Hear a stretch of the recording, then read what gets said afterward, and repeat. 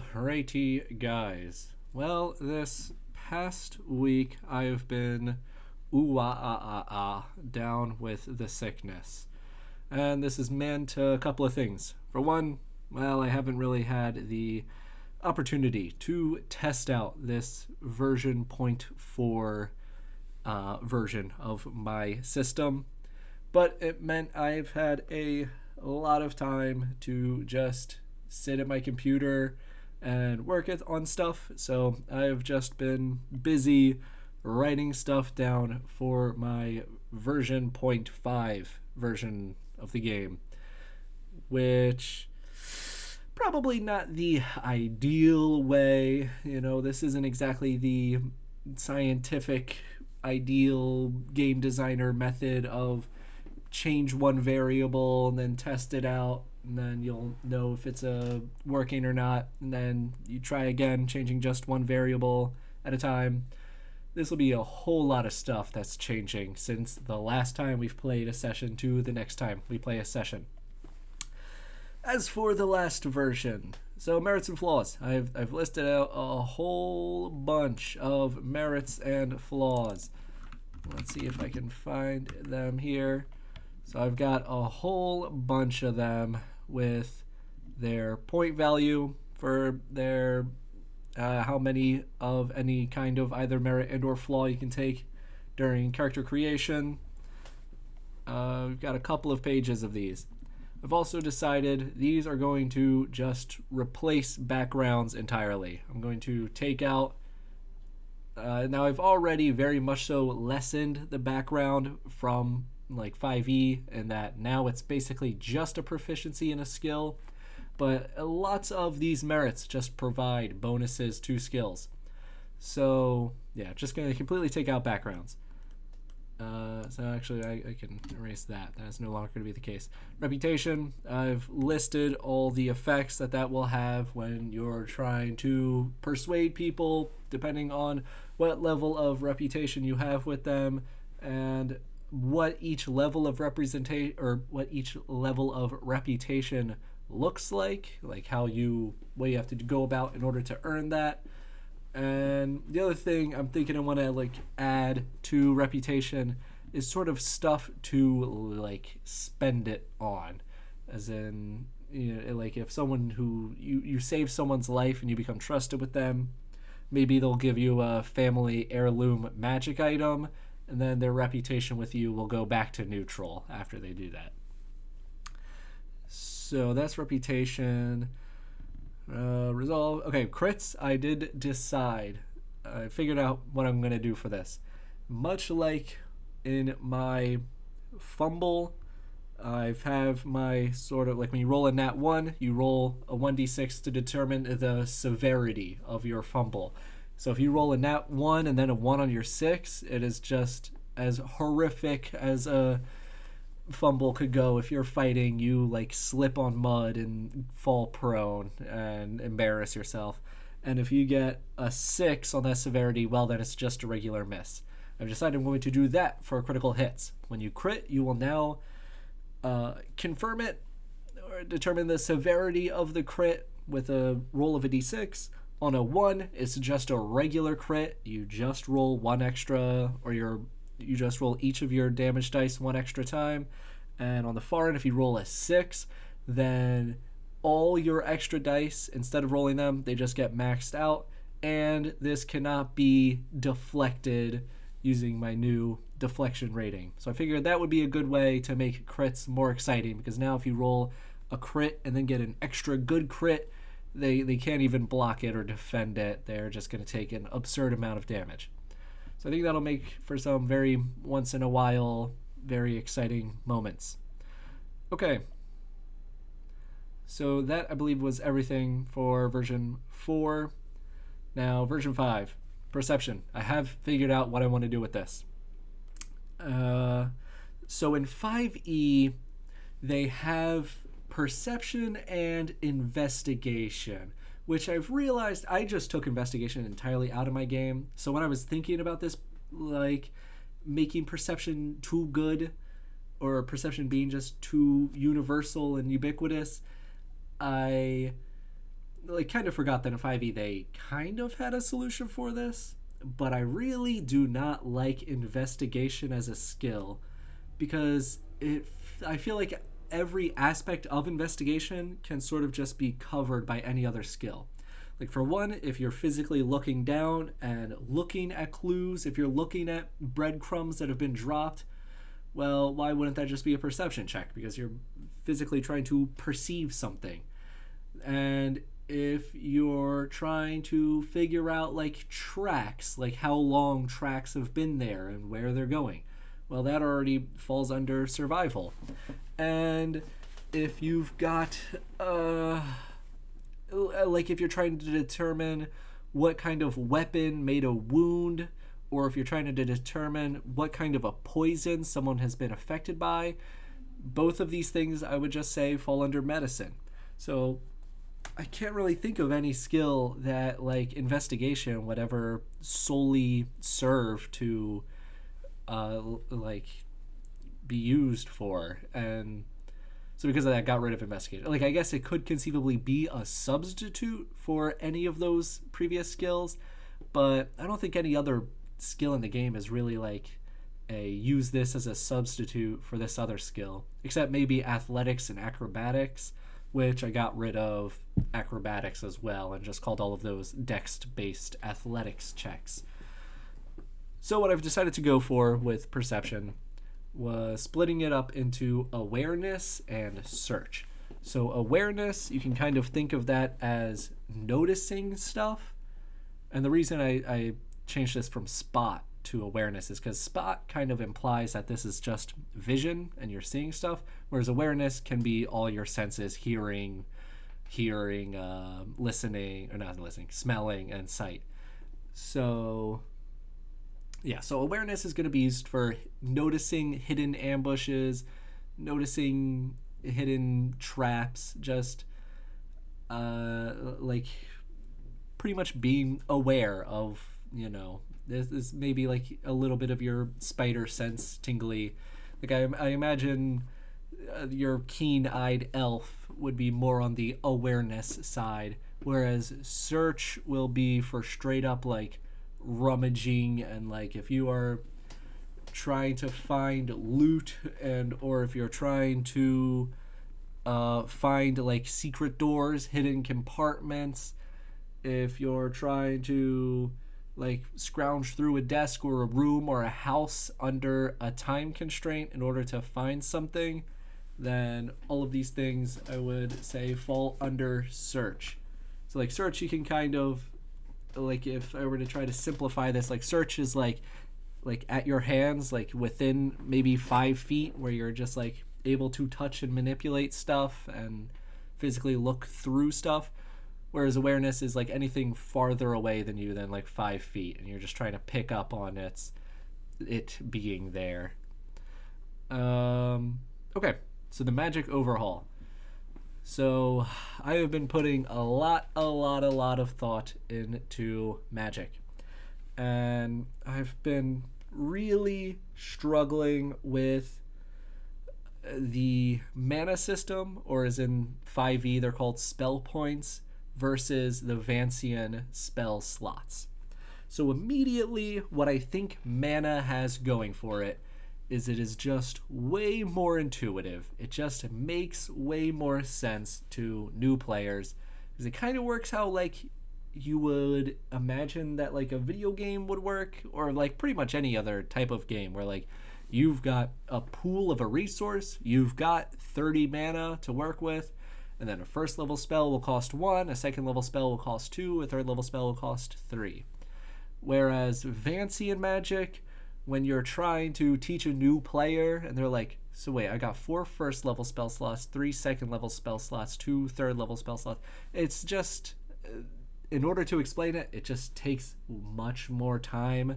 It's just much more complicated. It is not intuitive.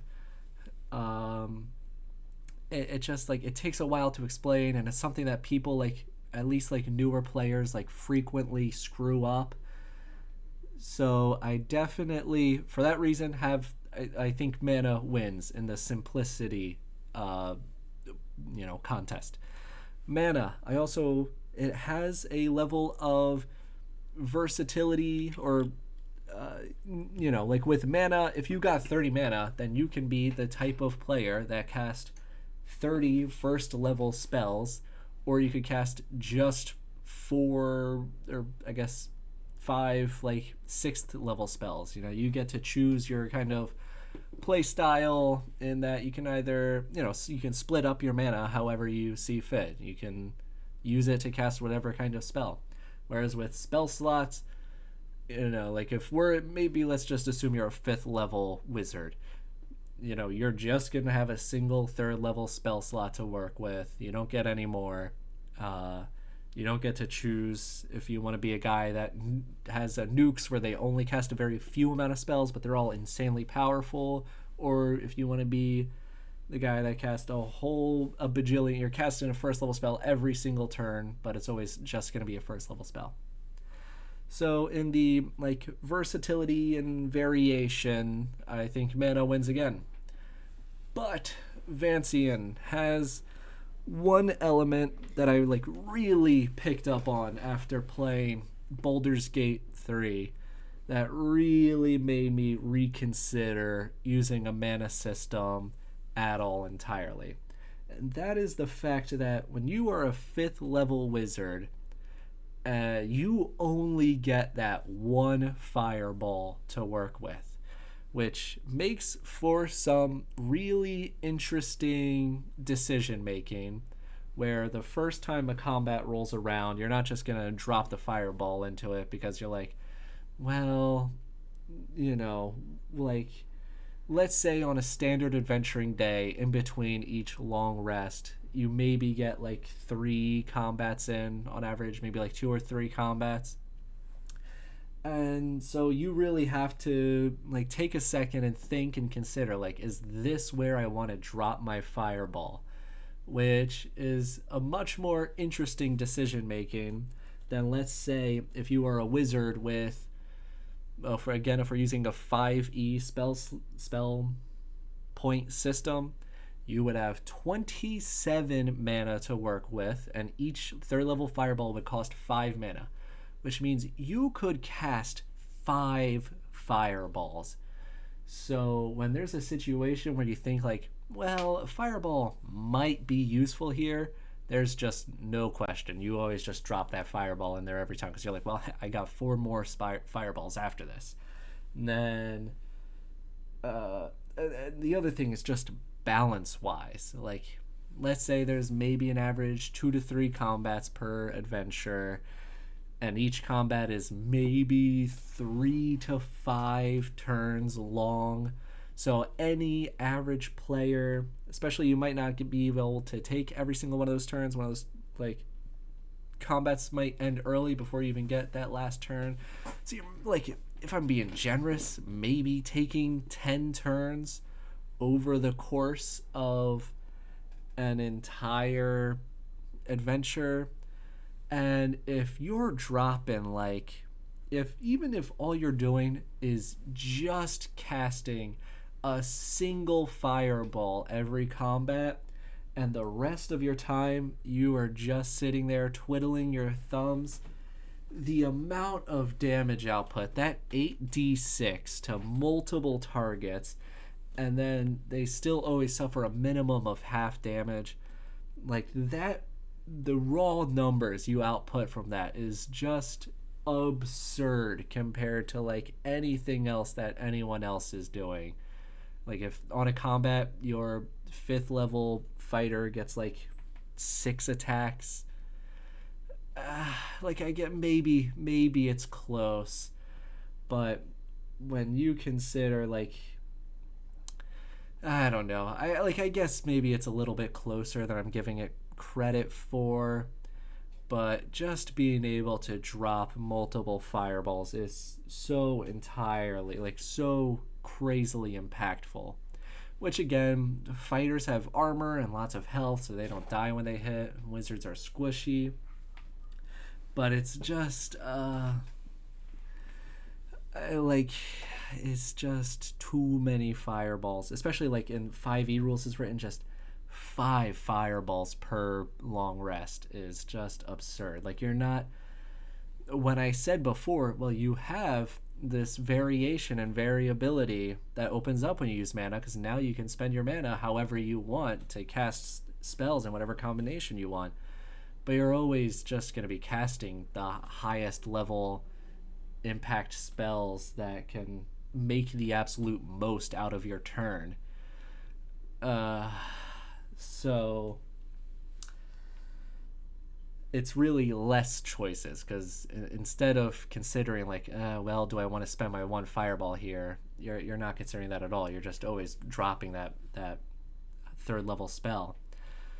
So I think I've come around to actually preferring the Vancian spell slot system over the mana system. I do think it actually forces people to use those 1st and 2nd level spells, where if you could get away with not ever casting them and just putting all those spell slots into fireballs, then like you would just do that instead. So that having all been laid out, and me expressly saying that I actually kind of prefer the Vancian system, I will be going with the mana system for my role-playing system for this Storm the Castle game.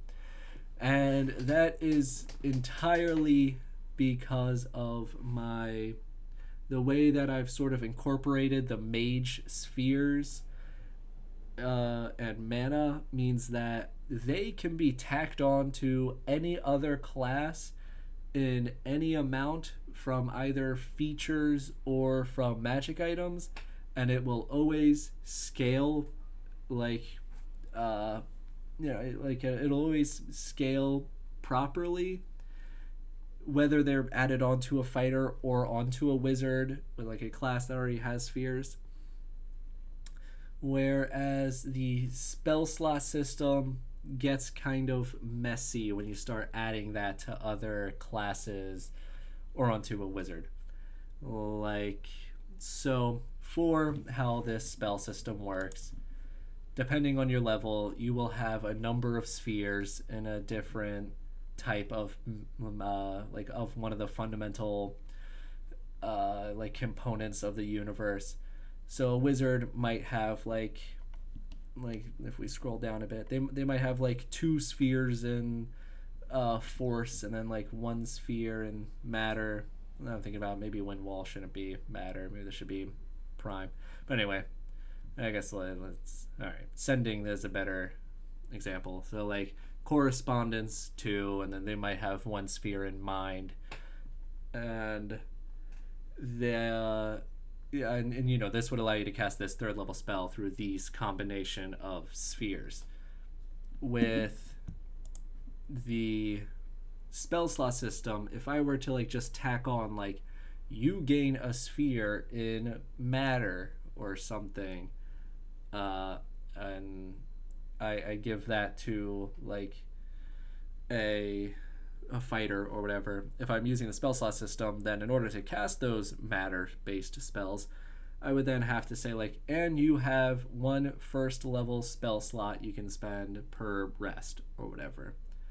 Where so and you give that 1 matter with 1 spell slot per day to a fighter, like cool, that works. You give that to a wizard, well, hey, this extra 1st level spell slot, like I already have 5 of those, 4 of those, like I don't need an extra 1st level spell slot. This doesn't really help me.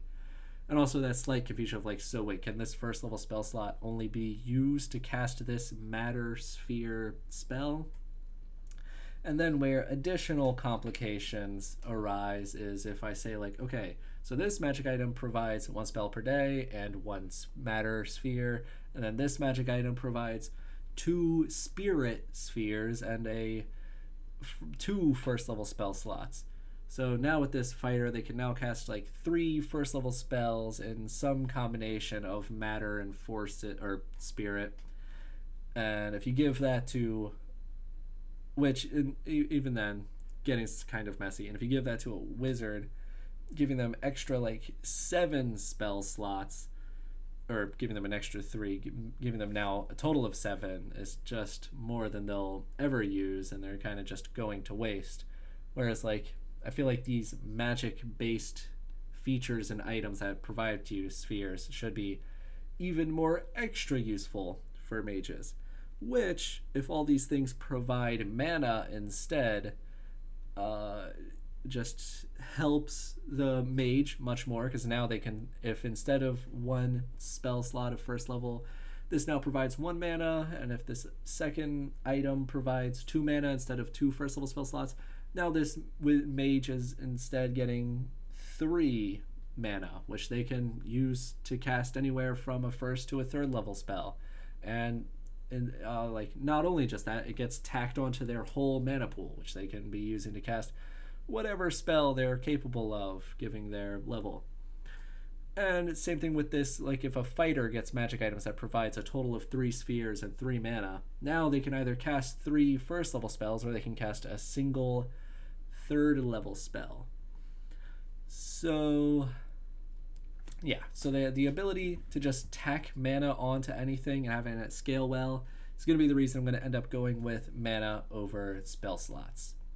But I do think it's really, really close. I like sat down and watched like multiple YouTube videos about like why I use spell points instead of spell slots.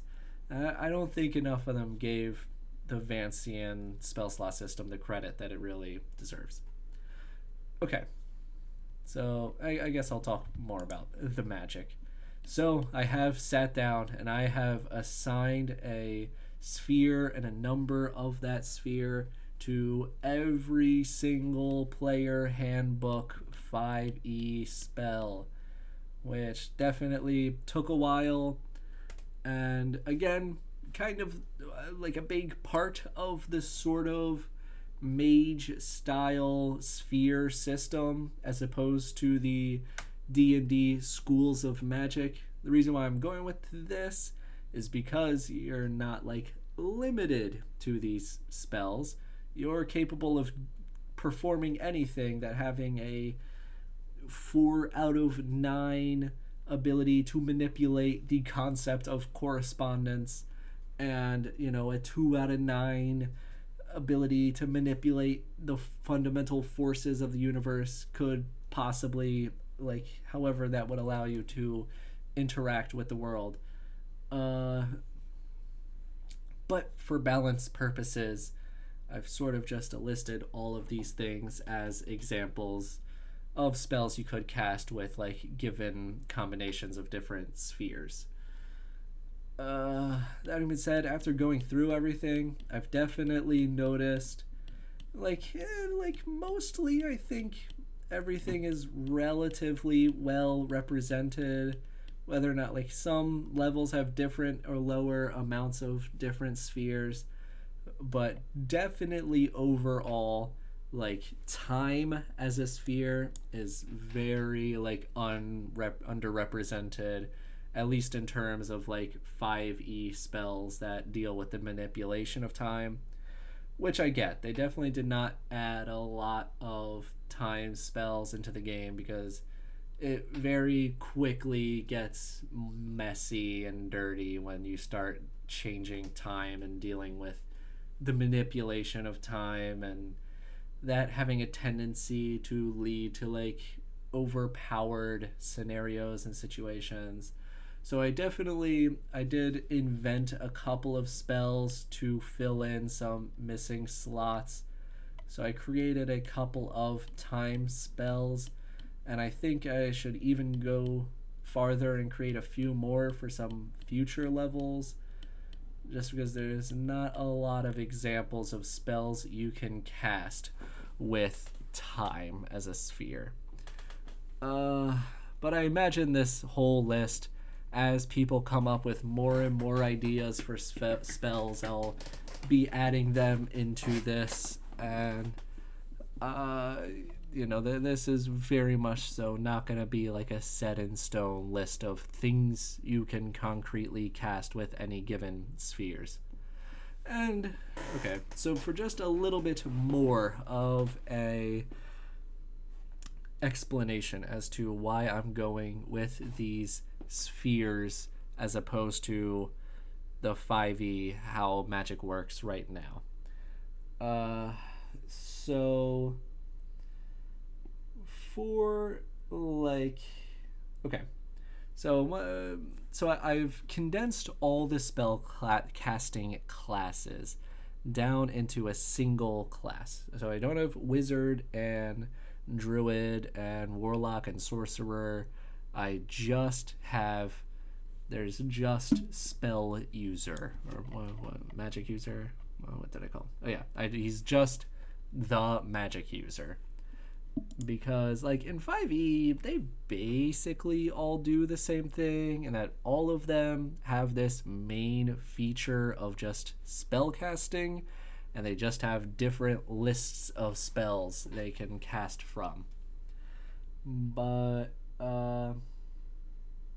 and then like flavor wise they kind of change how you get your magic, which I don't mind there being various different forms of means of acquiring your magic, but it does lead to some very like constricted or like restrictive types of spellcasters, like depending on what you're going for. So like for example, when I think of dwarf druids, not necessarily saying this has to be the case, but at least in my mind, I imagine a dwarf druid not really caring about life and caring about trees and plants and animals, but I figure they probably are like all in on like metal and natural minerals and stones and rocks and like earthquakes and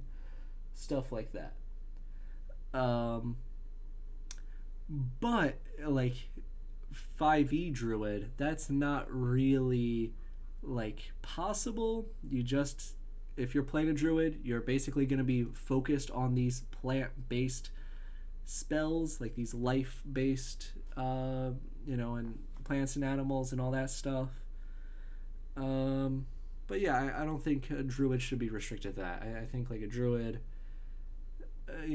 like this dwarf druid example, this like geomancer type, I still might not want him to get his powers from reading books and studying and all that like a wizard does. I want him to get his powers from attuning with nature and communing with nature. It's just that his spells and the abilities you get from that are all like rock themed and rock and matter and all that. Alternatively, maybe like a warlock, maybe someone who uses charisma to cast their spells and has acquired their spells by making a pact with a fiend or a devil or something. I don't think they should be restricted to having to cast eldritch blasts and curses and hexes. I think you can get your powers from a demon or devil, and then all your spells are like time based, and then you're like a time warlock. I just think this opens up like a million possibilities with using spheres rather than like restricting people to what the spell list of any given class says you can cast, while there still being like consistency and like generally mages specializing in one type of school or all like casting generally the same type of spell. Okay. So yeah, that was a lot about magic. Oh right, something else that I changed for magic, which this I realized a pretty simple fix, but had led to causing a lot of problems initially, was that the only thing that restricted in my like original version, the only thing that restricted the level of spell you could cast was the total number of spheres you had. And since it was possible for a wizard to get to 3 spheres by level 3 through the use of picking certain features, that means people could be casting fireball at 3rd level, which I've since come to realize is just like pretty absurd. So now I'm just putting like a strict, like, look, you cannot cast a given level spell. It does not matter how many spheres you have. You cannot cast a third level spell until you are level 5. Which means that I can also kind of like just go crazy with giving people spheres. And it just means like when a wizard gains a lot of spheres, they just have a lot more types of spells they can cast. Okay, so I think that was everything I wanted to say for mana and magic. Okay, so trauma. So I have not written down exactly how this is going to work yet, but I've figured out what I want to do to change trauma. So I'm going to keep having a mental threshold, but I've decided I'm just going to like sit down and list out all the things that can conceivably cause you to gain trauma. So it'll be stuff like high level undead, high level aberrations, high level aberrations being like Cthulhu monsters, high level fiends, and the getting trapped in like a burning building and or seeing something awful to a loved one or to a friend or something. Having high level mind altering magic cast on you. Just any of those things, I'm going to give them all like an amount that they will, like how severe any traumatic event will cause, like how much trauma it will cause, and then each of them will have a chart associated with them. And when one thing, whatever the thing that breaks the camel's back, whatever straw, the whatever the traumatic event is that causes you to break your mental threshold, there will be a specific associated flaw that will be like given to your character from that. So again, like if you're trapped in a fire, you might develop like a phobia of fire.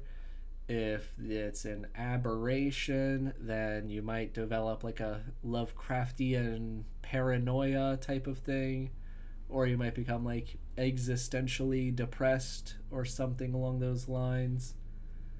So trauma, I've not written out exactly how it's going to work, but I now have a general idea as to exactly what I'm going to do. Okay, so downtime. This is another big one. Downtime I had as a relatively like major component of this West Marches style campaign, because since it's in real time, there's always multiple days, usually even weeks passing between each session, which means you've got like a session's worth of stuff, or usually at least a week's worth of stuff that you can take care of in between each session. Now, initially with downtime, I had kind of envisioned a sort of like players taking a top-down approach where when I asked what people wanted to do for their downtime, I would receive an answer like, well, I want to go check up on Count Burgermeister and see what he's been up to, and maybe I'll challenge him to a friendly duel and try to learn some stuff that's been going on in his life. And then after that, I'm going to go to the tavern and I'll go to the Prancing Pony and ask the innkeep about the rumors that have been going on, and I'll ask the local townsfolk about the gossip. And then once they told me that all this stuff they wanted to do, I would then take the look in the book and say like, okay, so here's how we're going to resolve this and that. You're going to make these kinds of checks and pay this amount of money, and then the result is going to be you make this amount of money and these things occur. So I had kind of well, okay. And then what ended up happening in reality is that people have taken a very bottom up approach where people have looked at the results of all of the downtime things and saw like, oh, okay, so this like pit fighting thing can possibly make me the most money. Well, then I will go and do that. uh, which fine and fair. I like created an incentive, or I created a yeah, I put in place an incentive to want to have people make as much money as possible because I kind of designed that kind of a campaign, and then I created a way for people to make more money. And players, they're always going to take the path of least resistance. So whatever the least amount of work they can put in to make the most out of something, they're going to go with that. Which, again, all fair, and I should have seen this coming. Um, but what that means is that effectively downtime has sort of just become like, okay, how many weeks have passed for everyone? All right, 3 weeks, 4 weeks. Okay, so you're making 25 gold a week, and then just like it's just sort of become a way to like all downtime has amounted to at this point has just been like, cool, so since it's been a month since everyone has last played, everyone has earned an extra 100 gold or something along those lines, which is not, I did not want downtime to be a background upkeep money generator. I wanted downtime to be more of an exploration as to what does your character get up to and do in the when they're not off adventuring. So right now in downtime, I've sort of only ever had something like wild or crazy happen if someone rolled like multiple nat ones or multiple nat 20s in a row, because I just sort of figured like, okay, well, this will just be an extra little bonus thing that'll happen if like someone gets some truly utterly wild rolls in downtime. uh so uh but I don't think that has ever even ended up occurring a single time in the entire campaign. I don't think anyone has ever gotten the like, there have been double nat 20s and double nat 1s rolled, but I don't think ever specifically for resolving a downtime has that ever occurred. Uh and so instead, I'm going to drastically increase the chances of things occurring from downtime. So from this like 1 in 400 chance to like a 1 in 4 chance, which means that if like someone does something, like if someone goes pit fighting, if 1 month passes, which is like my limit for how many downtimes you can take in between sessions, there's a very good chance that like a complication or a development will occur over the course of those 4 downtimes. Um, so like this was a thing in the old Xanathar's Guide complications, where just every time you ever did any downtime, there was just always a 10% chance that something wild would happen, that some complication would occur. But I guess I originally didn't really like that because I was like thinking like, well, hey, if you're really good at pit fighting, you shouldn't get punished by having complications occur from you being good at pit fighting. Like, how are you gonna be like just rolling really well and then have uh like and then lose, fall in debt with one of the pit masters or something like that. That doesn't really make sense. um I've sort of since come around to figuring like, okay, well, people get unlucky all the time and like bad things occur to good people and people who are good at their jobs, and that happens all the time. And so this will just definitely make downtime much more interesting. And so I have decided though, like in Xanathar's guide, there are like all negative complications that can arise, or it's just like, yeah, you did downtime and then like a bad thing happened. So even if you do really well, you just get unlucky. Whereas I'm gonna try to do more of a even split of like, okay, well, like about 50% of these are like positive developments that can occur, and 50% of these are like negative complications that can occur.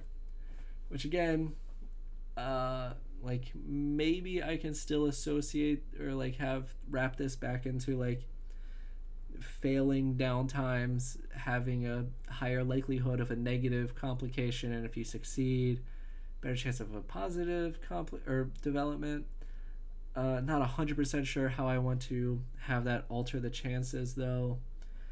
But I do think just generally much more stuff happening from downtime. Like if you are consistently just going to go to the pits and fight in gladiatorial bouts every single month, multiple times a month, well, now stuff, you're going to start building relationships and enemies within people who are associated with the gladiatorial pits. And so, like, it'll become all this stuff that you are doing just on your downtime in between adventures is going to become a part of your character and is going to start having an effect on your adventures when all these enemies you've made in the pit are going to start coming after you when you're actually running around and doing your proper dungeoning and all that. So downtime, this is going to take like probably, and well, I could probably steal a lot of it from Xanathar's guide, but this will probably just take a lot of work to adding a lot of stuff that can occur for every single downtime. And this also, I don't know if this is going to start having an effect where like just too much time is spent on downtime, which is not exactly what I want. Like the focus of like I don't want this to become a thing where now we're spending like an hour resolving every downtime. But yeah, no, I definitely more needs to come from downtime. I don't think too like I think a complication will just say like, all right, mark down on your character sheet. You now have this reputation with this kind of a person. Okay, all right. So that was downtime. Short rest. So there's another thing I think I'm just gonna steal from Baldur's Gate 3. I like put in a lot of time trying to figure out a number of like, okay, so if you've these many dice that you recover based on this level, and if I try to take the average from like every different class and from every different like con score, and how can I add up all these different things to generally mean this to have that like you recover some amount of hit points in the middle of your adventure. And I just saw what Baldur's Gate 3 does, which is they just say like, okay, whenever you take a short rest, you recover 50% of your health. You just regain half your health every time you do a short rest. There's no rolling or anything involved. And I just was thinking like, oh, like that's so obvious. Why did I try to make this so complicated to try to figure out all this dice based algebra in order to figure out the perfect chart to like always have this regain roughly your amount of health, roughly your half of your amount of health. So this I think is going to be a very instant and very easy fix to just make short rest do what I want them to do. I will say short rest, hey, it's another opportunity to roll dice, and players like rolling dice because there's chance and whatever involved. But I feel like it's not a very fun chance thing. Like you can either just get screwed over if you roll a bunch of ones and just say like, okay, well I guess I only recover 5 health from this short rest, so now I'm at 11 out of 50, something like that, which just seems bad and unfun. On the other side, when you roll like a great health, it's not even like exciting. Like, if you cast a fireball and you see a whole bunch of sixes appear in your damage, you're like, oh snap, I'm going to be killing a whole bunch of everything. This is going to have a wild and drastic impact on our adventure, and this is going to be a moment. But no, when you just roll, it's never like a moment when you roll amazingly on your short rest. It's just like, oh cool, okay, so I'm back to full. And then that's all that ever happens. I will say this change of short rest is going to have an effect on one of the bard's abilities, the bard song, to like adds an extra bonus that everyone gets when you rest with the bard, which I feel like this won't be very hard to figure out. I'll just say, like, instead of rolling an extra die, everyone regains an additional bard's charisma amount worth of HP, something like that. I realized on the character sheet I did not put down a place to write down temporary HP, so I got to remember to write that down. And the other thing I wanted to implement is just everything involving siege weapons. How much they cost to build or buy, how long it takes to build, how many people you need to crew them, how long it takes to aim them and reload them and fire them, how much damage they deal. And it's like particularly like how the amount of damage they deal interacts with structures, like breaking down stone walls and wooden walls, stuff like that, which I think will add a lot to the sort of storm the castle-y angle.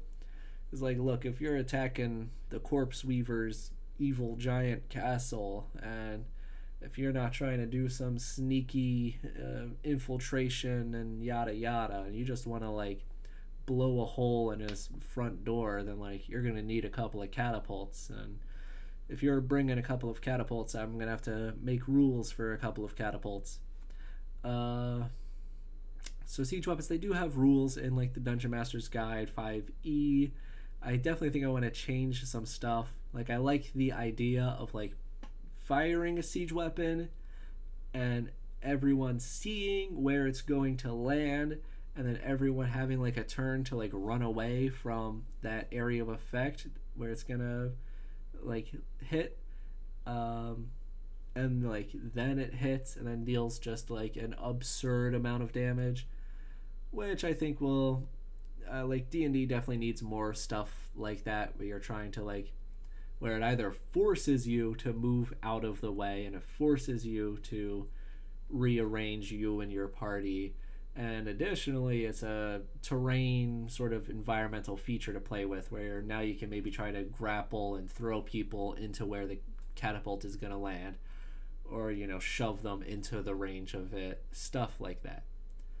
I will say maybe that's kind of awkward for like if you're trying to shoot a ballista at a dragon, and then like if a dragon is just constantly moving, they're just going to become impossible to hit with artillery, which seems kind of lame. So maybe this is either just like not a thing for ballistas and it is a thing for catapults. I don't know exactly how I'm going to work that out, but I know working on Siegeworks is going to be a thing that I'm going to want to develop. Okay, and then things that I've got on the back burner that I think I'm going to want to work on in the future. For one, the main thing, I'm thinking just to give everyone a feature at first level.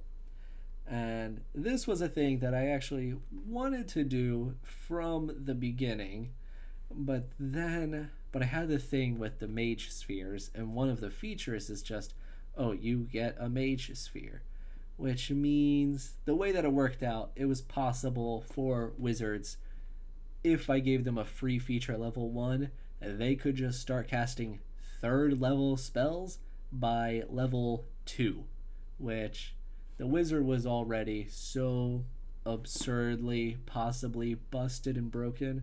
Fortunately, I only had a single person playing a wizard, and they were not the type to really test the boundaries of this rule system and see what they could get away with.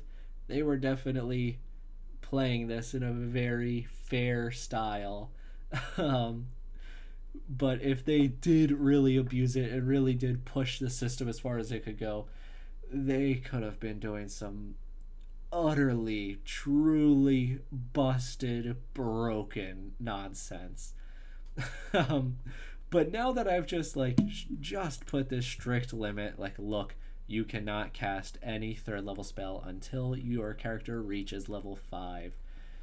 Um, that means I actually can give features to people at level 1, and it will not be possible for wizards to start slinging fireballs at second level. Um, and I like the idea, and again, my features are closer to sort of third level archetype stuff and multi-classing than it is to D&D feats. So I like the idea of right now when someone makes a wizard or a barbarian or whatever, they are just a wizard and they're effectively the same as every other level 1 wizard. But with the feature, this will have a very drastic ability on your level 1 character. So a level 1 wizard might be a arcane archer because they're taking the arcane archer feature, or maybe they're taking key points from the monk and then they're a half monk half wizard guy, and they're those are just two wildly different characters that are already totally different all the way from level 1. Or another example, maybe a fighter is either taking a barbarian rage, and so you've got this raging fighter that's all wild and doing reckless attacks and all that, versus a level 1 fighter that might be taking let's say the mage sphere, and so they're just straight up level 1, kind of doing the eldritch knight type of thing. So I really like the idea of level 1 features. I think it definitely will have a drastic impact on making characters feel unique and different all the way just from the get-go at level 1. There'll be at least one really interesting decision you're making when you create a new character, which I also think this will just make creating a new character just a very fun exercise, where instead of just having to wait until you're level 3 before they can start being weird and unique, you can just make a new character and you just know there's already that question of ooh, so what is the feature I'm going to give this guy? How am I going to make this guy unique? I think that'll be a lot of fun. Then we said this is going to require an absurd amount of rebalancing to basically every single feature that already exists.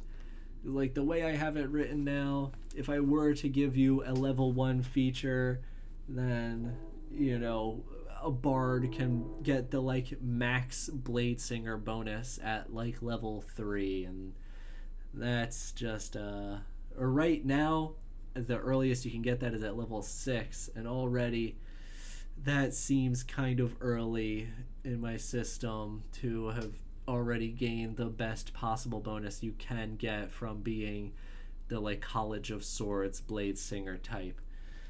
So I was considering maybe just bumping everything back a level, so you get your first feature at level 1, and then you'll get your second feature at level 4, then 7, then 10, etc., etc. Which, that's what I'm leaning towards doing. But again, if I do that, I'm gonna have to rework every single class, because every single class is gonna have to get all their abilities at a different level if you're now getting your feature at level 4 and 7 instead of I guess it wouldn't make it be a ton of work because I would just move stuff from whatever it is normally you would get from level 4 that'll now be pushed on to level 3. So I guess it wouldn't be a lot of work, but it would definitely be, um, it definitely would take some amount of time.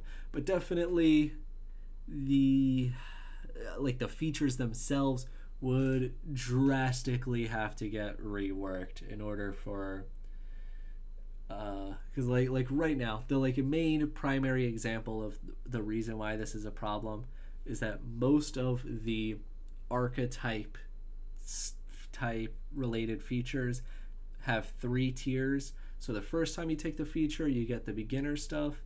That's generally the stuff that is provided from the class itself. Like, so for Bard, you'll get Bardic Inspiration, or for Monk, you'll get key points.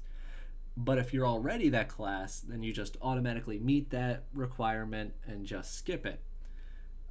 Which means right now, at level 3, if you take the College of Swords, you get the first tier of the College of Swords stuff, which, as it works right now, lines up relatively well with 5e. And that level 3, you get the first basic tier of your archetype.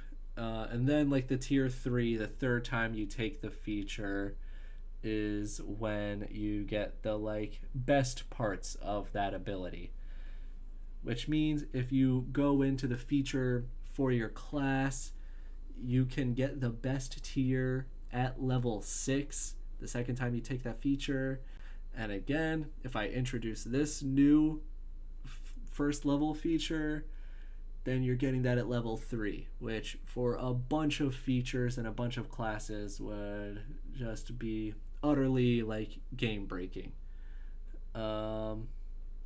So yeah, but feature I am eventually going to put in the work because I do really like the idea of the level 1 features. And it's just going to be a lot of reworking of stuff, and probably a lot of nerfing of a lot of features that are probably too good anyway right now. Okay, so the other thing I want to work on is, players and characters have been getting a whole lot of love. I've not been paying too much attention to monsters and how they work in my system, which generally it's mostly just how they work in D&D, but there's 2 major things I want to add and change on to every monster, and that's 5e has these really cool things called layer actions, which basically, if you're fighting a red dragon, every time you reach top of initiative, initiative 20, there's some effect that occurs from the domain of this dragon. Lava pillars shoot out of volcanic eruptions in the ground in this dragon's lair or something.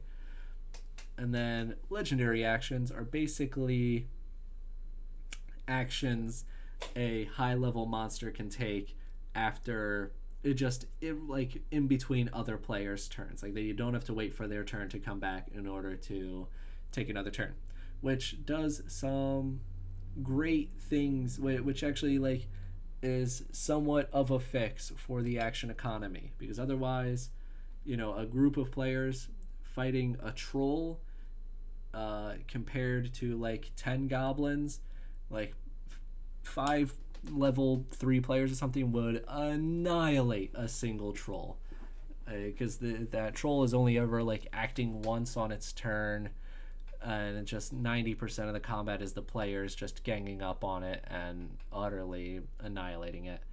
Whereas with 10 goblins, even though that is technically a lower CR encounter, it was just a way harder combat for the players because they're all getting double teamed and flanked by goblins. But legendary actions, if you give a legendary action to that troll, then he at least stands a chance when he can act on the player's turn. That even said, I do generally prefer the mobs of guys type of combat and enemies than what I kind of think D&D expects you're going to do. Whereas I think more often than not, they kind of expected the single one big monster you throw at your party.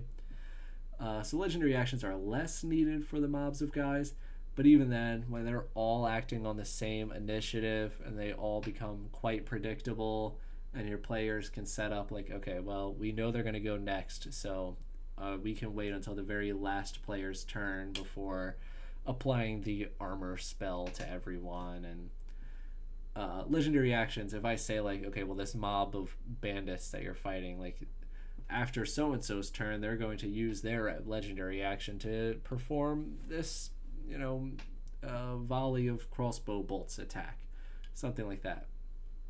That being said, I don't like the language of lair actions and legendary actions because again, they kind of both, like, legendary actions insinuates that this is a thing that only belongs to legendary monsters, whereas I want this to just be like a default thing that like all monsters are going to have access to.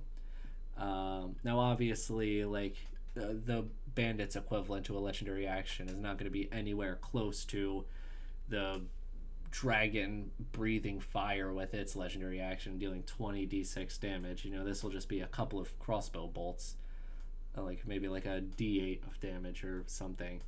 But again, I can't call it a legendary action if everyone has them, because then they're not legendary. I think it's something like sudden actions or something.